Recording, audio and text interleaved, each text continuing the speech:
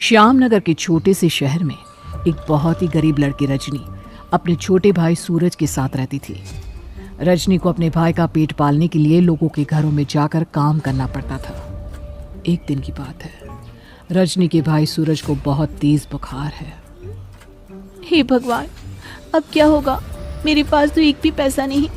अब सूरज को दवाई कैसे दिलाऊंगी? ये कहते कहते रजनी रोने लगती है और वो स्टोर पर दवाई लेने के लिए चली जाती है।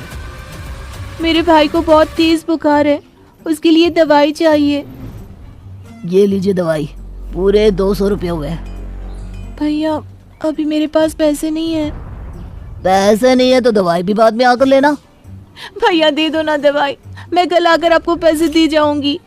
नहीं नहीं नहीं नहीं, मैं बिना पैसों के तुम्हें दवाई नहीं दे सकता। चल जा अब यहाँ से। पता नहीं कहाँ कहाँ से चले आते हैं लोग। रात बहुत हो चुकी थी। रजनी मायूस रोती हुई वापस अपने घर की तरफ लौट रही थी। तभी रास्ते में उसे एक चीज बड़ी दिखाई देती है और वो उसे उठा लेती है। ये तो कोई चश्मा लगता है, पर ये कितना अजीब और अलग सा है। आज से पहले तो मैंने ऐसा चश्मा कभी नहीं देखा। शायद किसी का गिर गया है। ऐसा करती हूँ, इसे मैं रख लेती हूँ। रजनी चश्मा लेकर जाने लगती है तो एक चुड़ैल रजनी को देख लेती है। ये मेरा चश्मा है और ये मेरे चश्मे को लेकर कहाँ जा रही है? नहीं नहीं नहीं नहीं, मेरा चश्मा कोई नहीं ले जा सकता। मैं इस लड़की से अपना चश्मा लेकर रहूंगी। रजनी चश्मे को अपने साथ लेकर घर जाने लगती है तो चुड़ैल भी उसके पीछे पीछे चल देती है, जिसका रजनी को बिल्कुल भी पता नहीं चलता। और रास्ते में चुड़ैल बड़बड़ाती हुई रजनी के पीछे जा रही थी। अरे अरे, ये मेरा चश्मा है, तू इसे लेकर क्यों जा रही है? मुझे कैसे भी करके इसके साथ इसके घर तक पहुंचना होगा। और फिर कुछ देर बाद रजनी अपने घर पहुंच जाती है तो चुड़ैल भी उसके साथ उसके घर में आ जाती है, जिसका रजनी को जरा भी पता नहीं लगता। और फिर घर पहुंचकर रजनी अपने भाई के सिरहाने बैठ जाती है और बड़े प्यार से उसके सर में हाथ फेरती हुई मन ही मन रो रही थी। मैं कैसी बहन हूँ जो अपने भाई के लिए दवाई भी नहीं ला सकी। रोते रोते रजनी को पता ही नहीं चलता कि कब उसकी आंख लग गई और वो सो जाती है। फिर जैसे ही आधी रात होती है तो चुड़ैल रजनी के पास आकर उसके पास रखा चश्मा लेने की कोशिश करती है, पर वो उसे ले नहीं पाती। इस लड़की ने तो मेरे चश्मे को ऐसे पकड़ रखा है जैसे ये इसका ही है।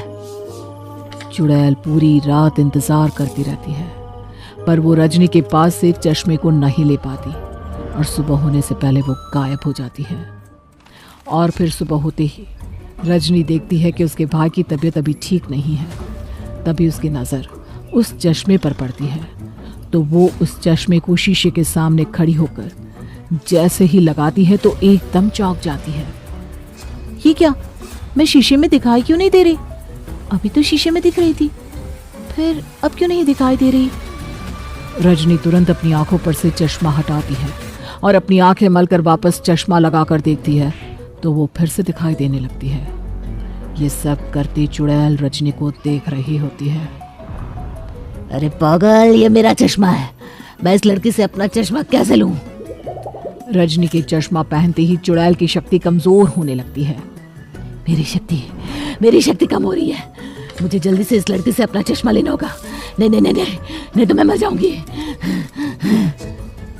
रजनी उस चश्मे को कभी पहनती तो कभी उतार कर शीशे में देखती। इस चश्मे को पहनते ही मैं गायब हो जाती हूँ और उतारते ही फिर से दिखाई देने लगती हूँ। ये कोई मामूली चश्मा नहीं, कोई जादुई चश्मा लगता है। इससे तो मैं कुछ भी कर सकती हूँ। रजनी देखती है कि उसके भाई की तबीयत बिगड़ रही है। तभी उसके मन में विचार आता है और वो सीधा स्टोर पर पहुंच जाती है। स्टोर वाले से बुखार की दवाई मांगती है। जैसे ही स्टोर वाला उसे दवाई पकड़ाता है तो वो जल्दी से चश्मा पहन लेती है, जिससे वो गायब हो जाती है और दिखाई नहीं देती। अरे वो लड़की कहाँ गायब हो गई? अभी इधर ही तो थी, फिर अचानक से गायब कहाँ हो गई और मेरे पैसे भी नहीं देकर गई। रजनी मन ही मन खुश हो रही थी और हंस भी रही थी। कल जब मैं तुझे बोल रही थी कि मुझे अभी दवाई दे दे, पैसे मैं कल आकर दे दूंगी, पर तूने मेरी जरा भी मजबूरी नहीं समझी। ले अब मजा।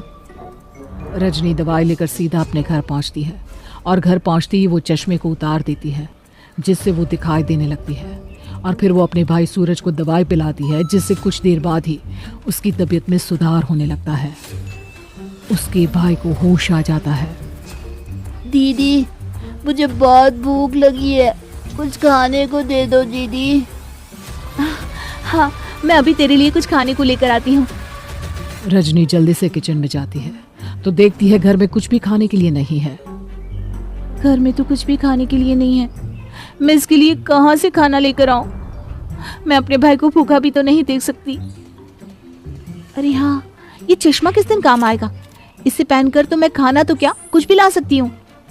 रजनी चश्मे को पकड़ती है और बाजार में जाकर चारों तरफ देखती है और एक ढाबे वाले के पास जाकर उससे रोटी और सब्जी पैक करके देने के लिए कहती है।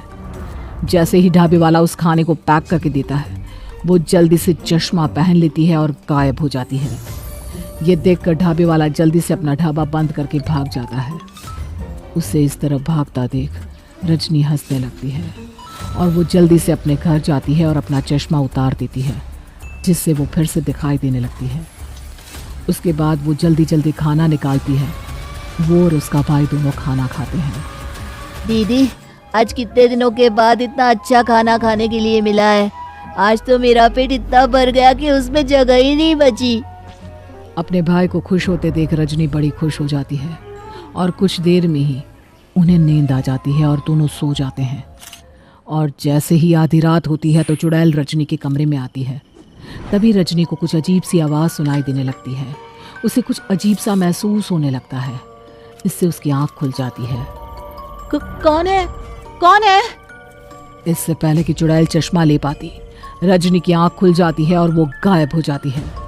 चुड़ैल रजनी से चश्मा लेने की लाख कोशिश करती है, पर वो उससे चश्मा नहीं ले पाती। इधर रजनी को जब भी किसी चीज़ की ज़रूरत होती, वो चश्मा पहनकर गायब होती और जो चीज़ चाहिए होती वो ले लेती। लेकिन चश्मा ना होने की वजह से चुड़ैल की शक्ति कमज़ोर होने लगी थी। और फिर एक दिन रात का समय था। रजनी अपने भाई के साथ सो रही थी। तभी उसे किसी के गिरने की आवाज़ आती है, जिससे उसकी आंख खुल जाती है। ये आवाज़ कैसी? ऐसा लगा जैसे कोई बहुत तेज गिरा हो। तभी रजनी को ज़मीन पर पड़ी एक औरत दिखाई देती है, जो दर्द से बुरी तरह करहा रही थी। रजनी डरते डरते उस औरत के पास जाती है, पर उसे देखकर ही बुरी तरह डर जाती है। चुड़ैल, तुम तो चुड़ैल हो, तुम मुझे और मेरे भाई को मार डालोगी। नहीं नहीं नहीं, डरो नहीं, मैं तुम्हें कुछ नहीं करूंगी।